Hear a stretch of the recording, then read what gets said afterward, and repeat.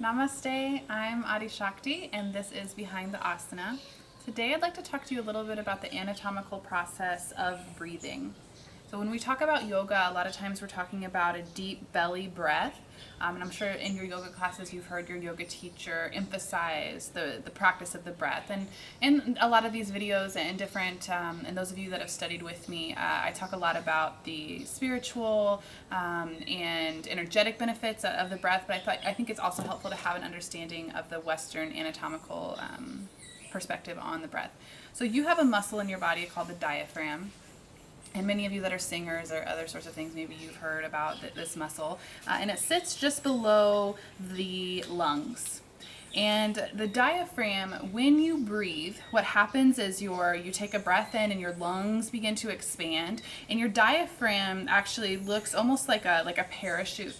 And so as you begin to inhale, your diaphragm contracts and expands, which seems kind of like that doesn't make much sense. Usually we talk about contraction and expansion as opposite things, but if you see my hand is flaccid, and then as it begins to expand, it also begins to contract. And with that contraction, we're inhaling, we're putting lots of space into our lungs and through the breath, and we're contracting the diaphragm down. And what that happens is that there has to be somewhere to go, right? So as we're pushing down with the diaphragm, we're expanding in the upper body. Then what happens is the organs of our belly become displaced and they start to move out. So as you take a nice deep breath in, I just want you to inhale.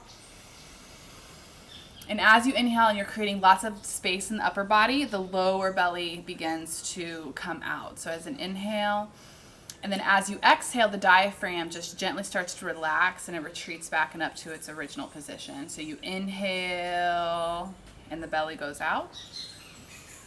And you exhale and the belly goes in. And there's a lot of other muscles in the chest and up in the back that also are responsible. The intercostal muscles in the ribs, the pectoralis, in the upper chest, the trapezius as well is involved in the process of moving the rib cage as you inhale and exhale. But the diaphragm and the lungs are the two of the things that we most traditionally talk about in terms of the breath. We also have the nostrils, the trachea that goes down into the actual air passageway down into the lungs. So just as you begin to sit there and breathe, just imagine that anatomical process as you begin to develop a more intimate relationship with your body. Then the relationship with the mind, the relationship with the spirit also begins to deepen. So thank you so much. I hope that was helpful for you. Have a happy day. This is Adi Shakti. Share, like, and comment, and I'll see you next time on Behind the Asana. Namaste.